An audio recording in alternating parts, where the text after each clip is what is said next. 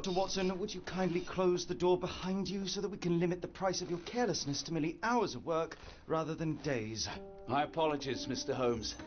I found myself rather taken aback. I saw tidier houses in war-torn Afghanistan. Are those my surgical needles? I ran out of tacks and the matter required immediate attention. Was that my supper? Plainly not, for I was the one who ate it. I set it aside for this evening. And for that I am grateful. Is that my bed? Watson, since you've proven yourself a master of observation, might I ask you to apply your skills to a more pertinent question? Namely, the whereabouts of today's newspapers. They are the key to everything. The newsboy is usually reliable. Medically speaking, I often find that the key to everything is good sleep. In a bed. Your papers are here, on the table. Let us see what the postman brought today.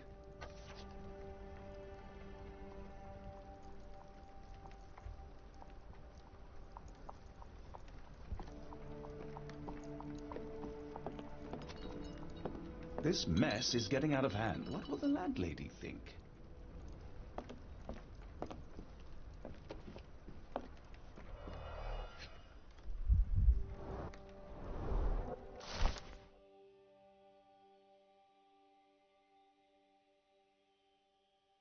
Local gossip, all of it uninteresting.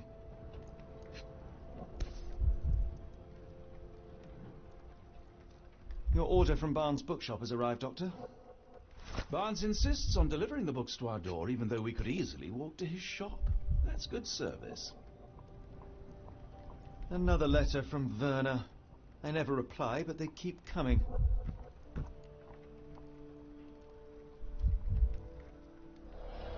I don't see the Strand. Where is it? Pardon me? I am on the precipice of uncovering a pattern of crime across London spanning many months and involving many men. The missing paper cannot be a coincidence. That's preposterous. My dear fellow, life is infinitely stranger than anything which the mind of man can invent. Well, life used your newspaper to wipe its posterior, so after that unpleasant discovery this morning, I disposed of it. But in lieu of the Strand, perhaps I can deliver you something equally tantalizing. I have just returned from a patient of mine, Captain Stemwick, who... No, that will not do. Grab your coat, Dr. Watson. Let us hope nobody has collected the dustbin.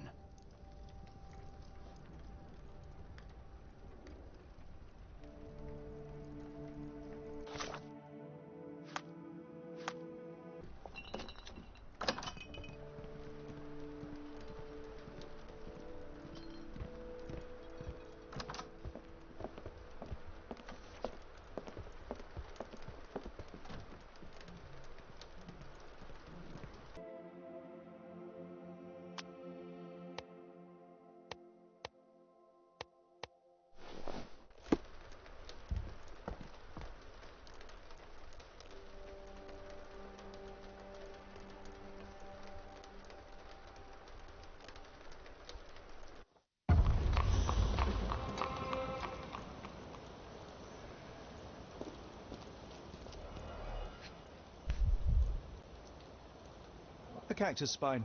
If it gets in your skin, it's awfully tricky to remove, and when laced with poison, the perfect assassination tool.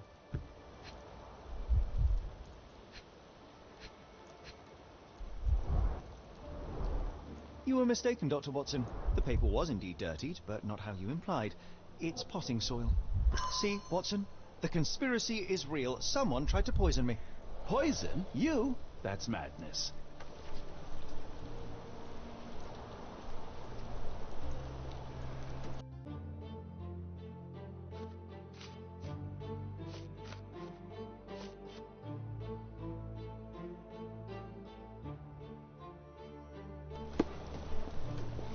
Do you even have enemies that would want to kill you?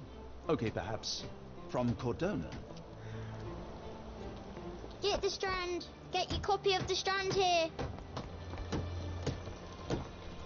Sorry, Mr. Holmes. I just sold my last paper.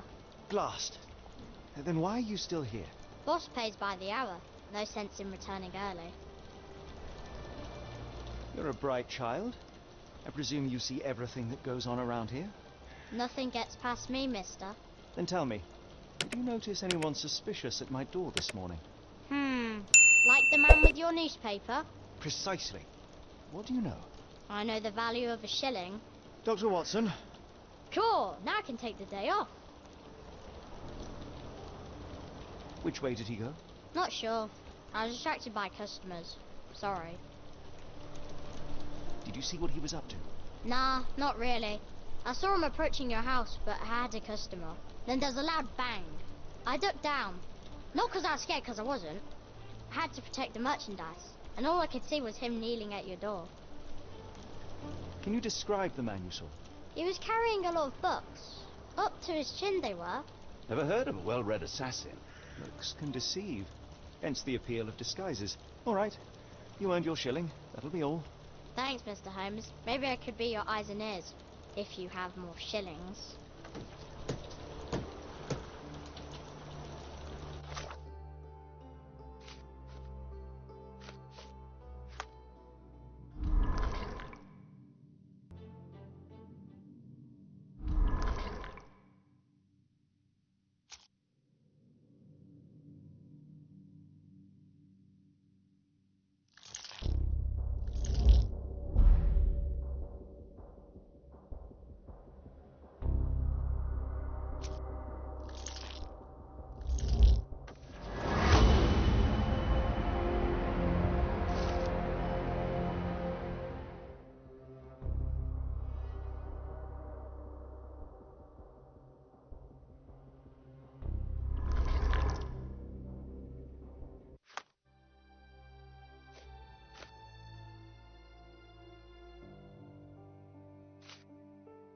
Come now, Mr. Holmes. Murder?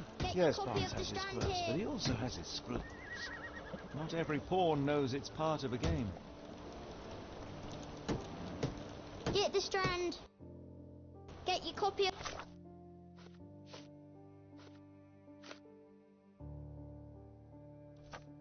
the Strand here.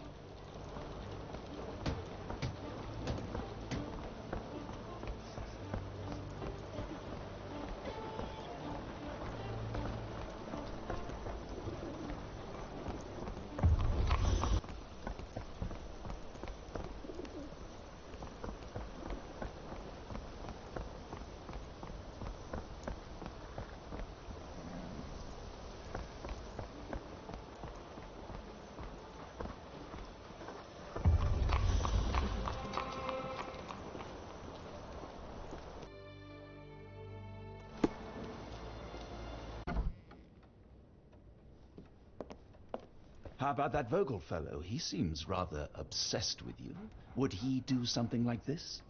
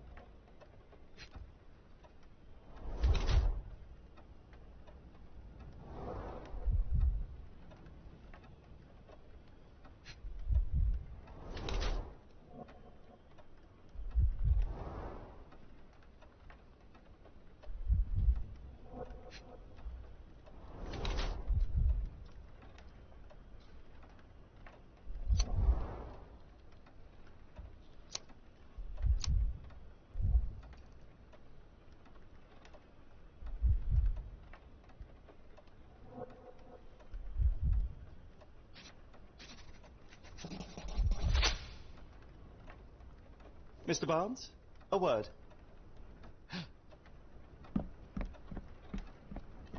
Oh, for goodness sake.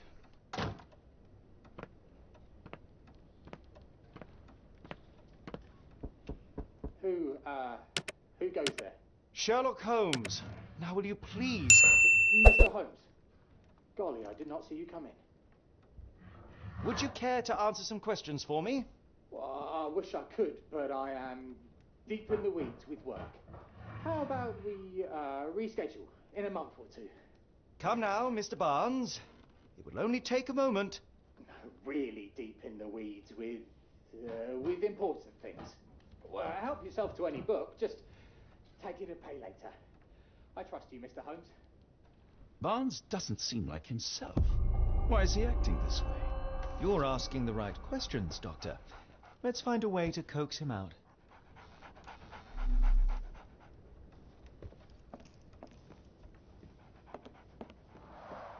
The ladder is broken, recently, judging by the freshness of the wood.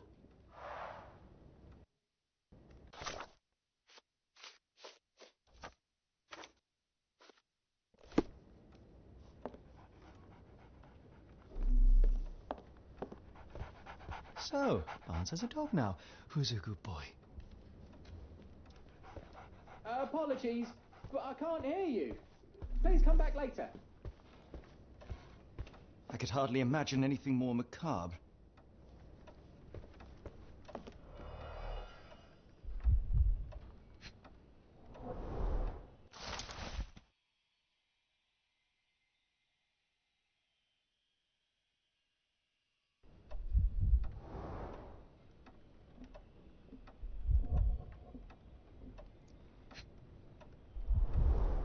Basics of cryptoanalysis, cryptography in Egypt. It appears Barnes has an interesting hobby.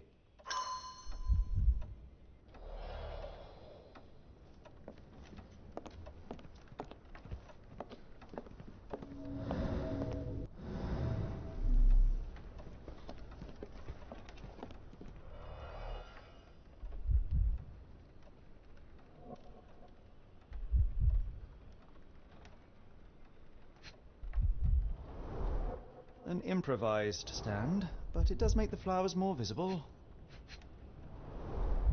In the language of Mycroft's secret agents, it's a sign. Dried flowers are replaced when the job is done. I wonder who the recipient is.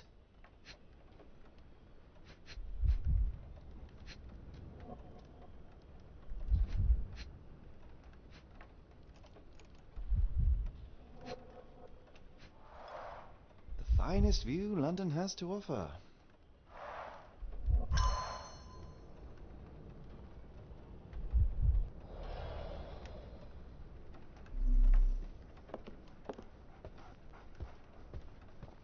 Barnes has always been a little odd, but this is uncharacteristic even for him. The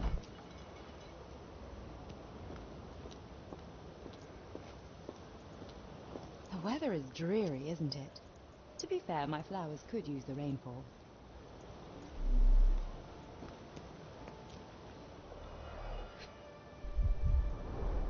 Encouraging people to stop and smell the roses? Our national emblem. God save the Queen.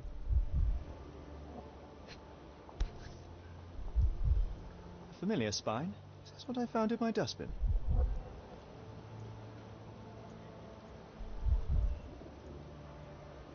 The pot is damaged. The blow was severe, but softened by something. It must take patience and care to produce a bloom so beautiful. I imagine so. I merely sell them.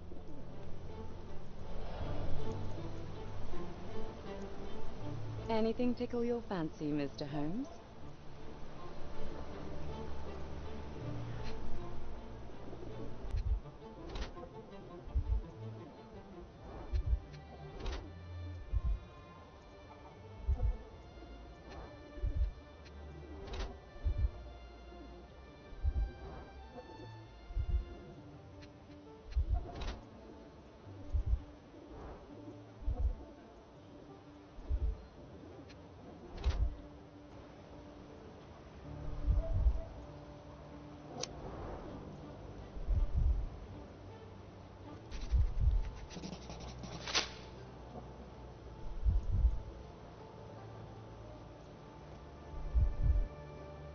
Mrs. Fleming, you look particularly lovely today.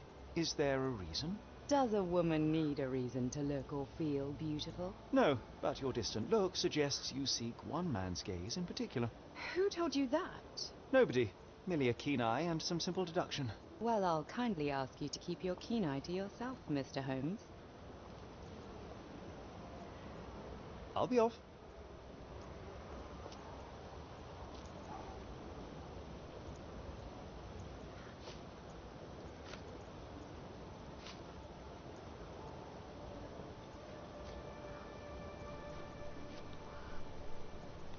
one of these things is not like the other. Come again? The cactus. Those fearsome spines can prove a devil to remove, and the sap is often toxic. And a rose thorn can give you tetanus, but we still grow them. The cactus seems comparatively harmless, though you have me thinking it must be valuable. I was under the impression that you knew its price already. Your guess is as good as mine. The first time I saw this cactus was when I came back from my break.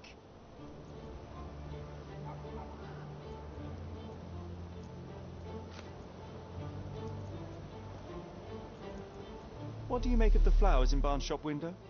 Well, they could use a bit of water. Do they mean anything to you? Mean anything how? I'm not sure I follow, Mr. Holmes. Why do you think they're there? Are you suggesting the flowers are for me? It seems likely, does it not? Oh, I hope you're right. Help with that, Mr. Holmes. Are you familiar with Mr. Barnes? Yes. No, not really. Well, in a way. What on earth does that mean? I know who he is, of course, but we haven't shared much more than a look. A look? Yes. Each morning I go for a walk in the park with my dog, and most days I spot Mr. Barnes there with his new puppy, so we see each other. Actually, we once met briefly while our dogs played. He was quiet and seemed unsteady as he approached, but since then, we've never spoken. I often see him staring through the shop window. Sometimes I wonder what he thinks about that would etch such longing onto his face. I should have worn something warmer.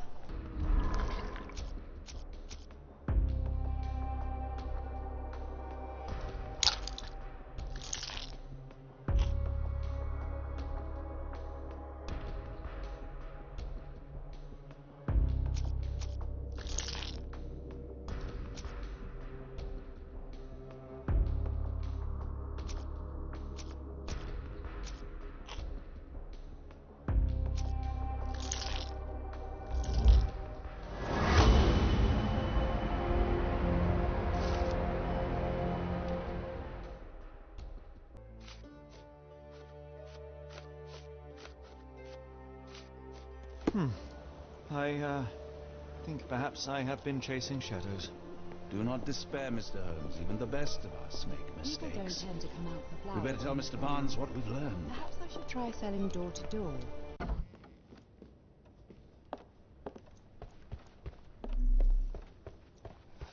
Mr. Barnes, I know what you did, and I know why you did it. I'm sorry, Mr. Holmes. I can't hear you very well from behind the door. I couldn't read this morning's edition of The Strand because it was covered in soil and spines. I know you dropped a cactus on it and then fled. You ordered a cactus from the plant catalogue and then left it for Mrs. Fleming as a gift. You place flowers in the window to get her attention and wear high heels to appear taller and more desirable. You are her secret admirer. Barnes, it's Dr. Watson. Rest assured we are not interested in disclosing your personal affairs to anyone, including Mrs. Fleming. Please come out. All right, then.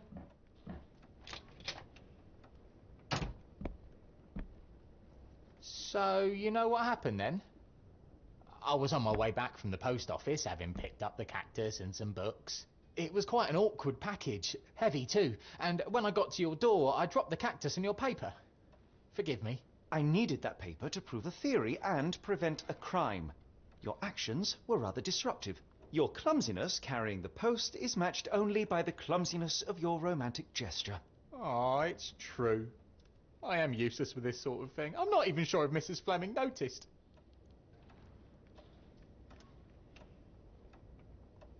As in most things in life, truth is the answer. Cease with the abstruse signals and anonymous gifts, and simply talk to the woman. What is the worst that can happen? She rejects you, and you are freed from this endless purgatory. Yes, you are correct, of course. I do have a slight tendency to overthink things. Thank you. So at last, we return to the matter of the paper. I'm investigating a string of burglaries. Did you perhaps read of any before the edition was spoiled? I don't recall, but you're welcome to read our copy for yourself. You had an issue of The Strand here all along? Well, naturally. I am a bookseller. I have a subscription to every magazine and newspaper in London. So you ought to be familiar with the concept of burying the lead. Oh no, my apologies, Mr. Holmes. I'll make it up to you however I can. I am an expert on obscure languages and translation and Yes, okay. Just give me the paper.